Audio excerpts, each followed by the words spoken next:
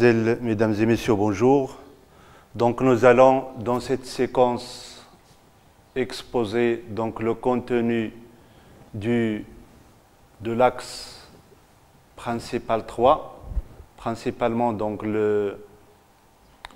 les définitions donc de l'impérialisme selon donc deux auteurs principaux, Rosa Luxembourg et Lénine, qui font partie donc de deux idéologies différentes. Donc le contenu donc de cette science va être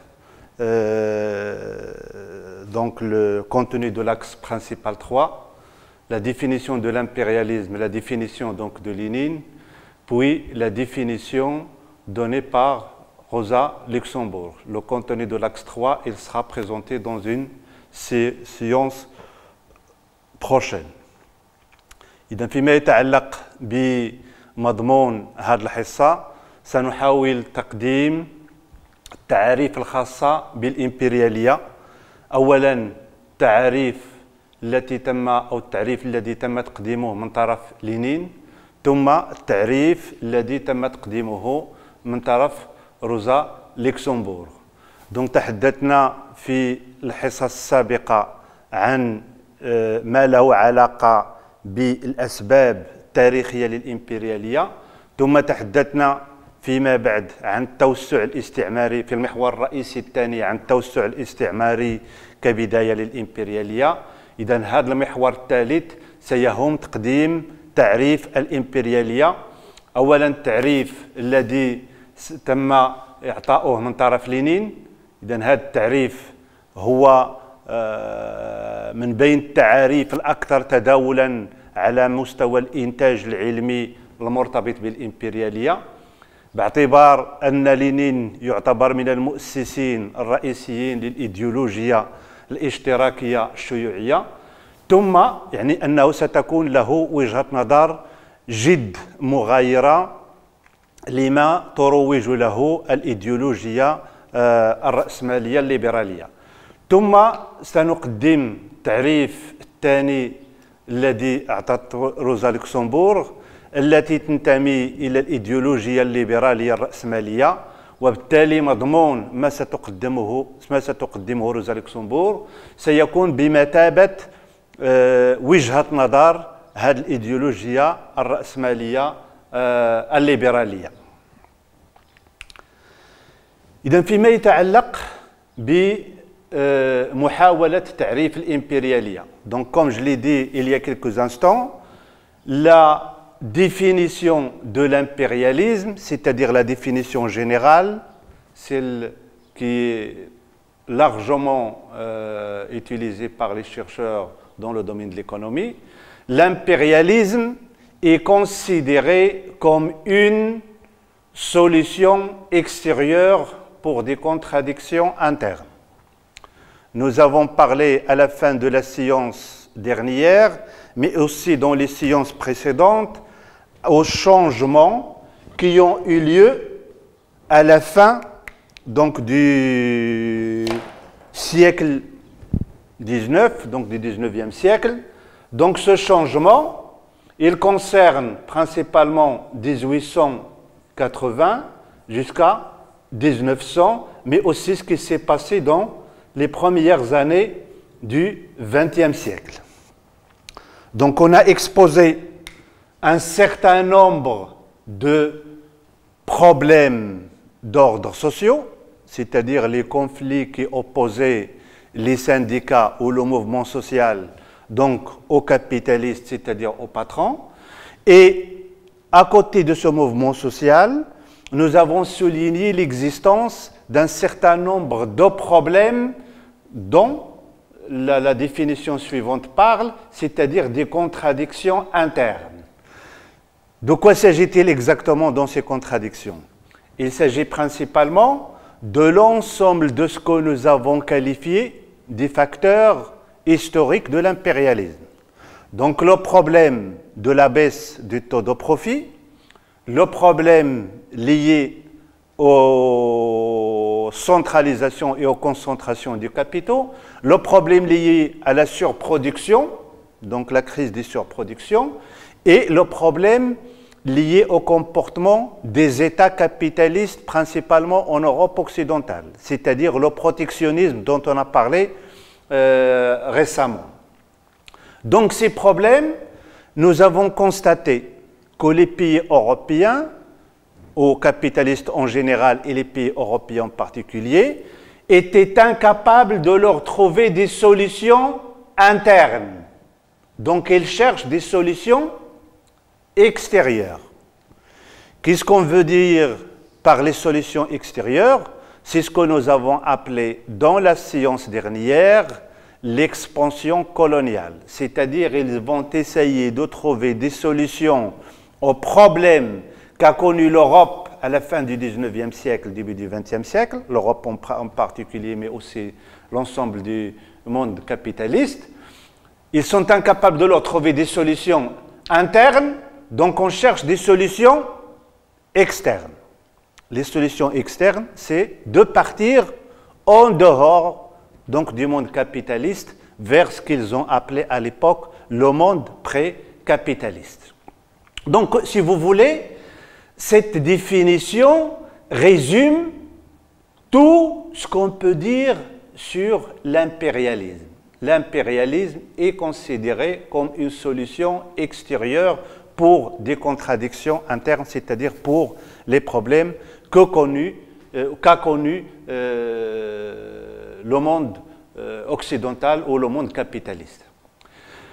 Donc, pour parler en détail de cette définition, il y a deux définitions qui sont les plus présentes dans la littérature produite à ce propos. Qu'est-ce qu'on veut dire par la littérature produite à ce propos?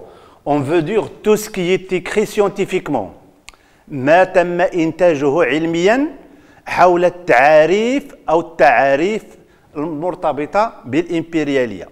Donc, تعريف لينين وتعريف روزا لوكسمبورغ يعتبران من التعاريف الأكثر تداولا. C'est pour ça on parle des deux définitions les plus présentes dans la production littéraire.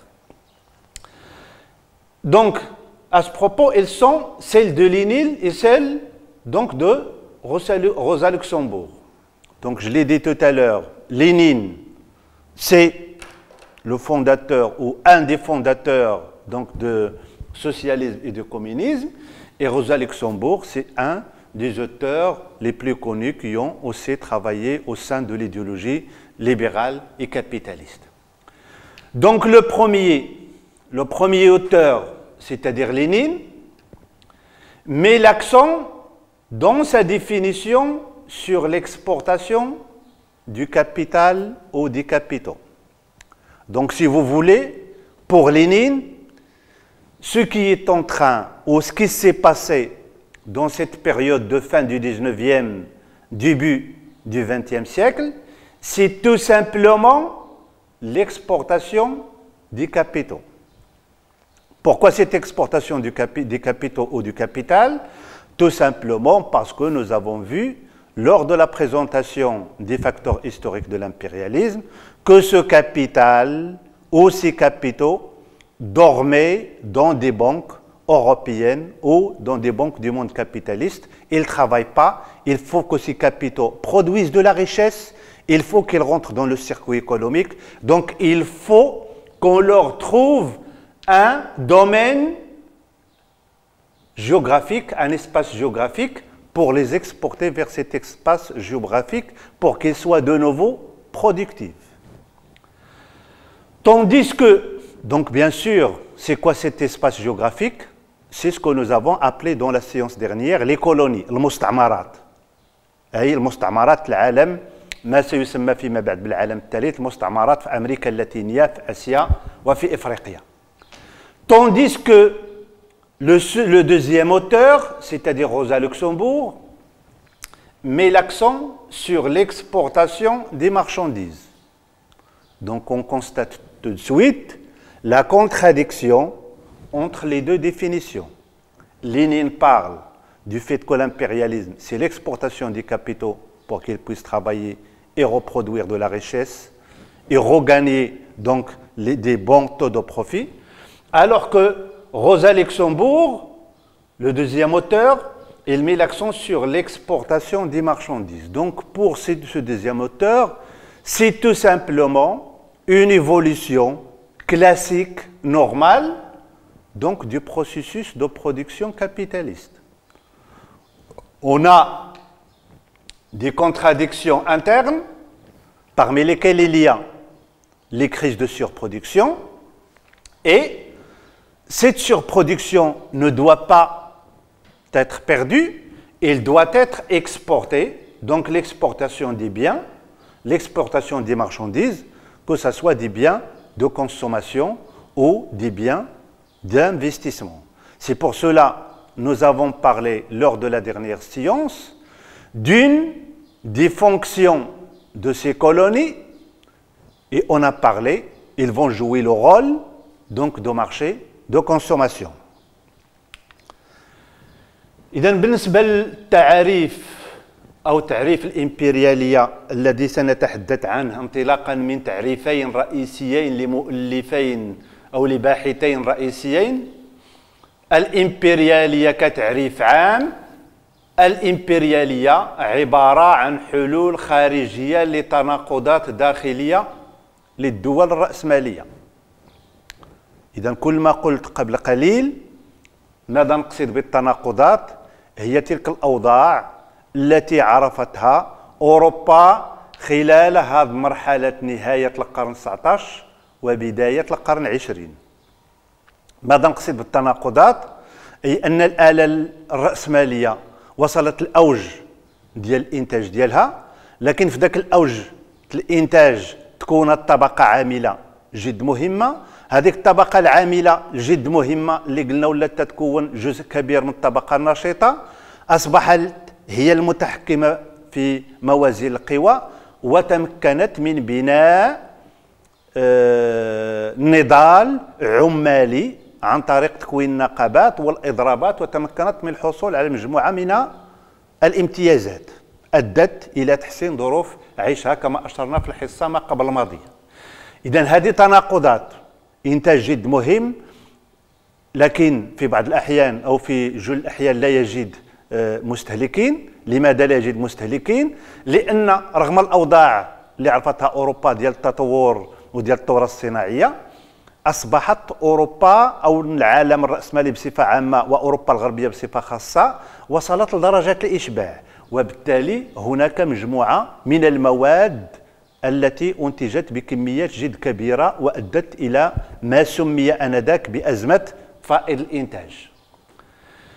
إذن هذه المشاكل الداخلية لا يمكن أن تجد لها الطبقة الرأسمالية حلول داخلية، وبالتالي لجأت إلى حلول خارجية عبر المرور بما أشرنا إليه خلال الحصة الماضية، أي التوسع الاستعماري وبالتالي اللجوء إلى المستعمرات في أوروبا، عفوا في آسيا، في إفريقيا، وفي أمريكا اللاتينية.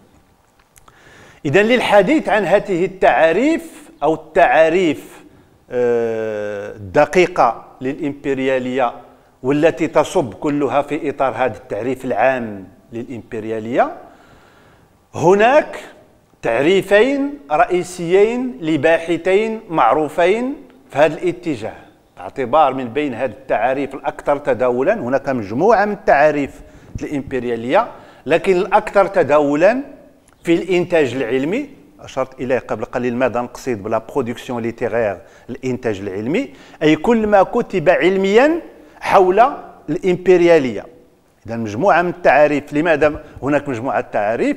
سبقا أشرنا في العديد من المرات إلى أن تعدد التعاريف مرتبط أساسا بتعدد وجهات النظر والانتماءات الإيديولوجية والتخصصات والمسائل الذاتية وما إلى ذلك.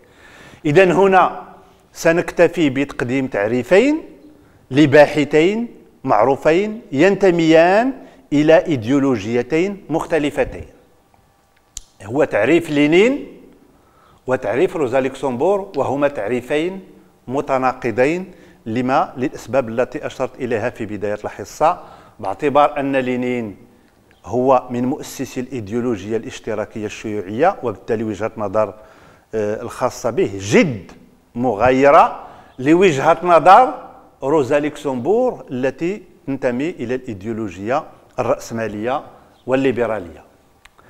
إذا لينين سنلاحظ عند تقديم التعريفين سواء بالنسبة للينين أو بالنسبة لروزا لوكسمبورغ، لينين نظرا لانتمائه الإيديولوجي الشيوعي ركز على تصدير رؤوس الأموال، وبالتالي بالنسبة للينين الإمبريالية ما هي إلا تصدير رؤوس الأموال. لماذا تصدير رؤوس الأموال؟ لكي تصبح مستثمرة في ما سمي آنذاك العالم ما قبل الرأسمالي الذي سيسمى فيما بعد بالعالم الثالث. إذا لماذا تصدير هذه رؤوس الأموال؟ فقط لكي تصبح عاملة، لكي تصبح مستثمرة، لكي تساهم في إنتاج الثروة، لكي تساعد النظام الرأسمالي أو العالم الرأسمالي أو الرأسماليين على استعادة هامش الربح الذي كان لديهم قبل نشوب المشاكل بين الطبقة العاملة والرأسماليين. كان هناك هامش ربح مهم، دونك دي تو دو بروفي امبورطونت. مع المشاكل تاع نهاية القرن أصبح في تراجع، وبالتالي هذه العملية اللجوء إلى الإمبريالية تصدير الرساميل الهدف منها إعادة الحصول على تلك هوامش الربح المهمة. إذا بينما روزا لوكسمبورغ المنتمية إلى الفكر الليبرالي ركزت في تعريفها على تصدير السلع، أي أن الأمر بالنسبة لها لا يتعلق باستعمار أو ما إلى ذلك، بل ما هو إلا عملية عادية لتطور عادي لمسلسل إنتاجي معين اللي هو مسلسل الإنتاج الرأسمالي. تصدير السلع للاعتبارات نفسها المرتبطة بالتناقضات الداخلية. نعاودوا نرجعوا لها شنو هي. هو المشكل تاع أزمة فائض الإنتاج اللي كان مرتبط بما أشرنا إليه في الحصة السابقة. أزمة فائض الإنتاج أي أن الآلة الرأسمالية وصلت لدرجة معينة من التطور والتقنيات مكنتها من إنتاج كميات وأحجام جد مهمة من المنتوجات في مختلف الميادين الصناعية. وبالتالي بما أن العالم الرأسمالي سواء في أوروبا الغربية أو في أمريكا وصل إلى درجة الإشباع، كل الدول عرفت الثورة الصناعية حسب الكرونولوجي التي أشرنا إليها في إحدى الحصص، الحصة الثانية على ما أعتقد، وصلت إلى درجة الإشباع. ثم عندما وصلت إلى درجة الإشباع هات الدول تاع أوروبا الغربية الدرجة الأولى لجأت إلى السياسات الحمائية، لي بوليتيك بروتيكسيونيست، باش تمنع الدول الأخرى، باش أي دولة تدير سياسة حمائية باش تمنع الأخرى باش ما تصدرش إليها هذه السلع. وبالتالي سيتم الحديث أو اللجوء إلى تصدير هذه السلع خارج النظام أو المناطق التي عرفت الثورة الرأسمالية، أي سيتم تصديرها خارج أوروبا. Donc je reprends la définition de Lénine. On a dit l'impérialisme, c'est le capitalisme arrivé au stade monopoliste où le capital financier, c'est-à-dire la fusion des deux types de capitaux, le capital industriel et le capital bancaire, qui joue un rôle important et commence le partage du monde entre les puissances capitalistes. Donc j'ai précisé que cette fusion entre les capitaux, c'est-à-dire les différents types d'institutions que nous avons vues dans une des séances précédentes, donc la concentration horizontale et la concentration verticale, qui ont donné des grands groupes, des grandes institutions puissantes et qui avaient à l'époque, bon, qui étaient causées par un certain nombre de facteurs que nous avons déjà expliqués, mais qui avaient également un objectif qui est le partage du monde. Quel monde? Le partage du monde non capitaliste, le monde pré-capitaliste. يعني التوزيع ديال العالم ما قبل الرأسمالي أو ما سيسمى بالعالم الثالث entre les grandes puissances capitalistes. Donc là, selon plusieurs économistes, cette définition a été influencée par les profonds bouleversements qu'ont connus les pays développés à la fin du 19e et début du 20e siècle. Toujours, on est dans cette période historique très importante qui a connu donc des changements radicaux sur le plan principalement économique. Donc cette période est marquée par la naissance des monopoles et la baisse des taux de profit et l'existence d'un excédent des capitaux. Donc si on regarde ces éléments, ce sont les mêmes que nous avons exposés dans la première séquence, c'est-à-dire ce que nous avons appelé les causes historiques de l'impérialisme. C'est-à-dire donc la naissance donc, de monopoles, la baisse du taux de profit, l'existence d'un excédent des capitaux, c'est la concentration et la centralisation des capitaux, sans oublier l'excédent aussi au niveau de la production qui a donné la surproduction ou la crise de surproduction. D'où la nécessité d'exporter vers les régions pré-capitalistes. On est dans la logique de ce qui a été annoncé tout à l'heure par le contenu de la définition de Rosa Luxembourg que nous allons voir dans quelques instants. إذن إلى رجعنا للتعريف ديال لينين سنجد أن الإمبريالية هي الرأسمالية التي بلغت مرحلة من التطور يلعب فيها الرأسمال المالي دورا كبيرا ويبدأ فيها تقاسم العالم بين البلدان الرأسمالية العظمى ويحتل فيها تصدير الرأسمال الصدارة. دائما العناصر الرئيسية ديال التعريف هناك مسألة المرتبطة بقوة الرأس المال المالي للدول والمؤسسات الاقتصادية لتلك الدول الرأسمالية. عن ماذا نتج هذا الرأسمال المالي؟ نتج عن الاندماج لا فيزيون بين الرأسمال الصناعي والرأسمال البنكي.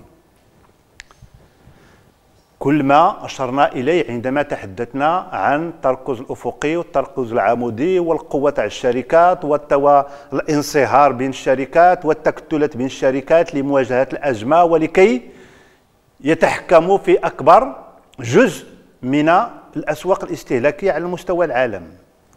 إذن هذه القوة اللي عرفوها هذه الشركات في هذه نهاية القرن 19 هي التي دفعت إذن من أجل إيجاد الحلول لهذه المشاكل الداخلية لأوروبا لجؤوا إلى تصدير سواء الرساميل أو المنتوجات نحو العالم ما قبل الرأسمالي.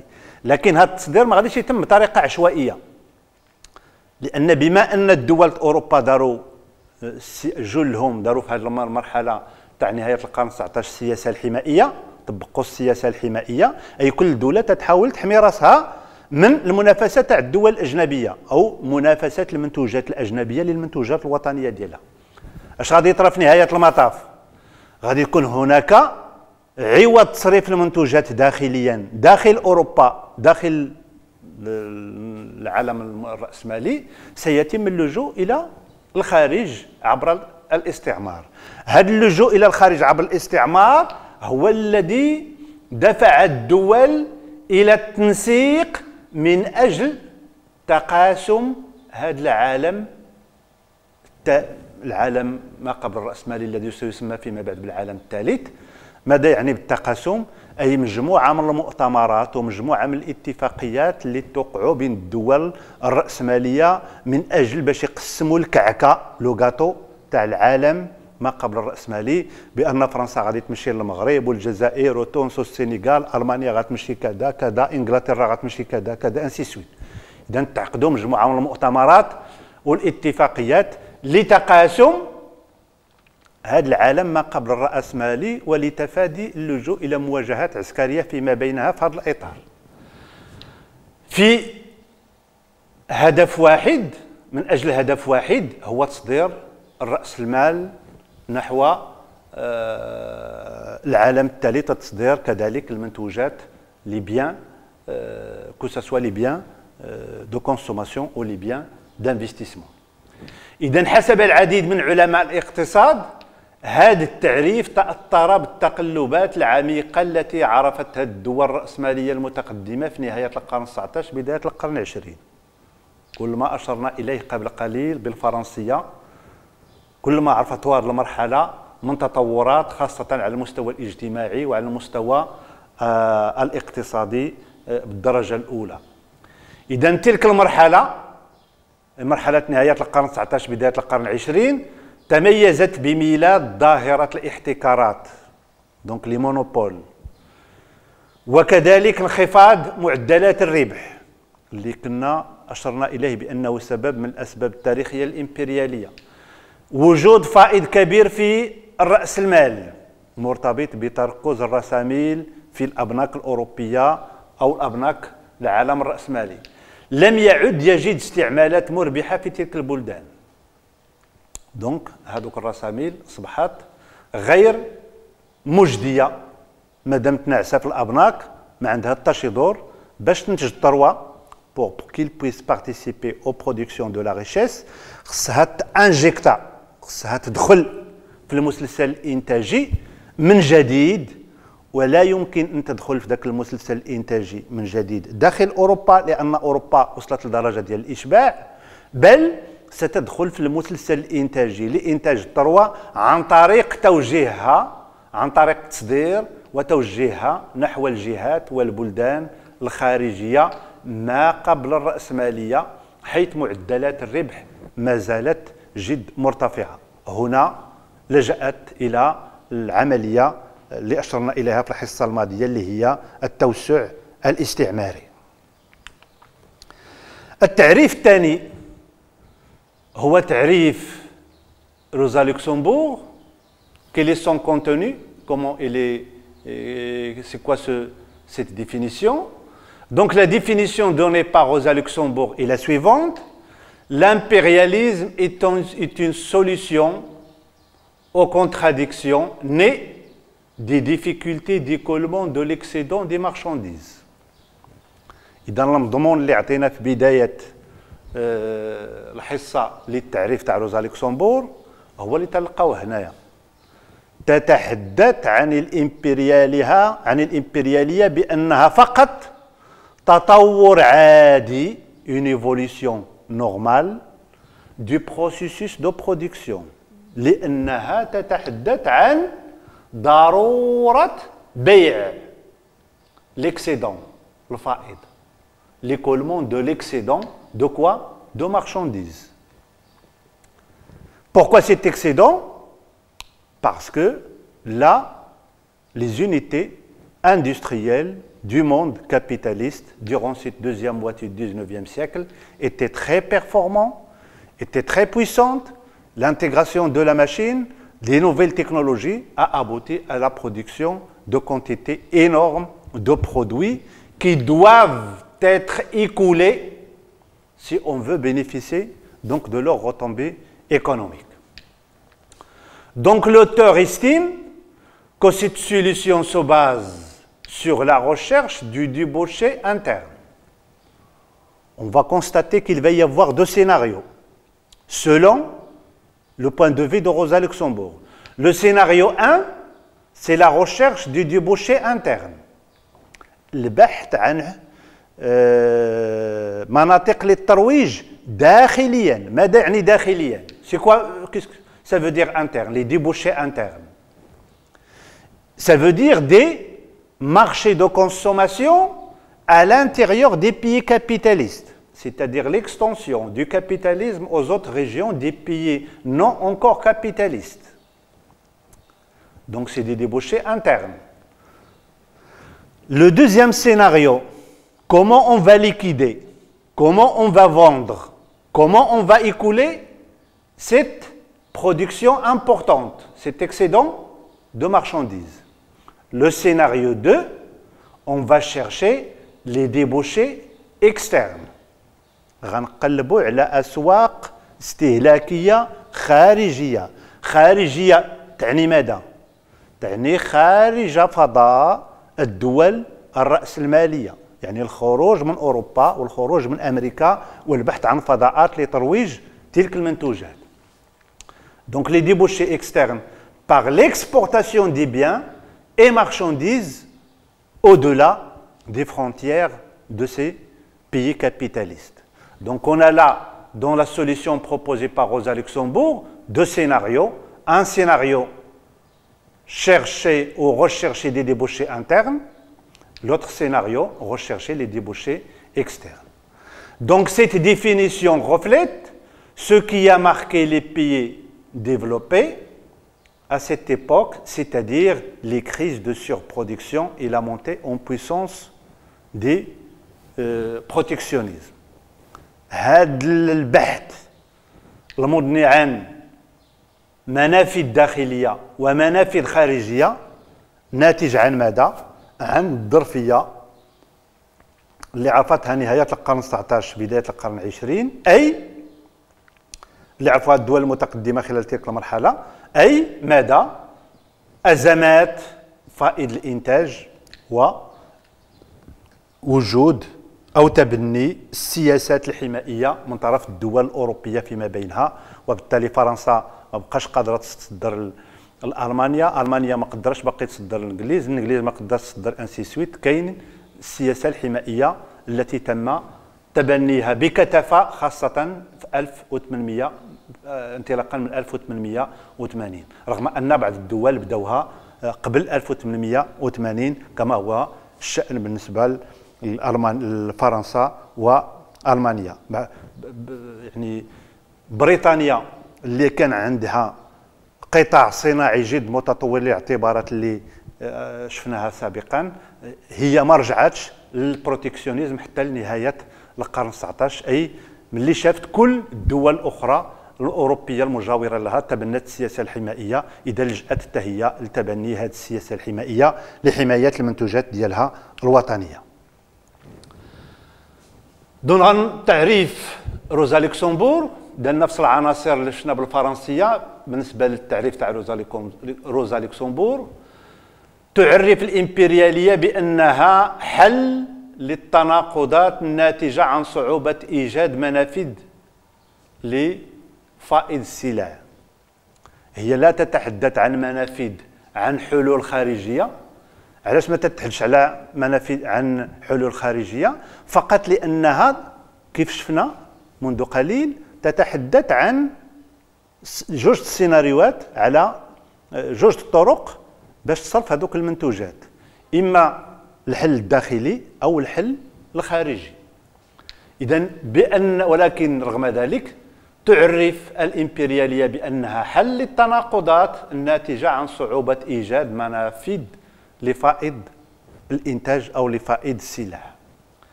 إذن الباحثة تعتقد أن حل هذه التناقضات يمر أولا عبر منافذ داخلية عن طريق توسيع الرأسمال إلى مناطق داخلية. تنلقاو لي دو سيناريو. أولا محاولة إيجاد منافذ داخل النظام أو العالم الرأسمالي، مناطق داخلية للنظام الرأسمالي، ثم لم تندمج بعد في العلاقات الإنتاجية الرأسمالية، يعني من العالم الرأسمالي فيه مناطق اللي عرفت اندماج كلي ومناطق اللي عرفت اندماج جزئي. إذا الحل الأول اللي تقترحه روزا لوكسمبورغ في التعريف ديالها هو أنها هذاك الفائض الإنتاج يجب أن يوجه نحو المناطق الرأسمالية التي لم تندمج بعد، ثم في مرحلة ثانية عبر إيجاد منافذ خارجية تتم بالضرورة عبر تصدير السلع.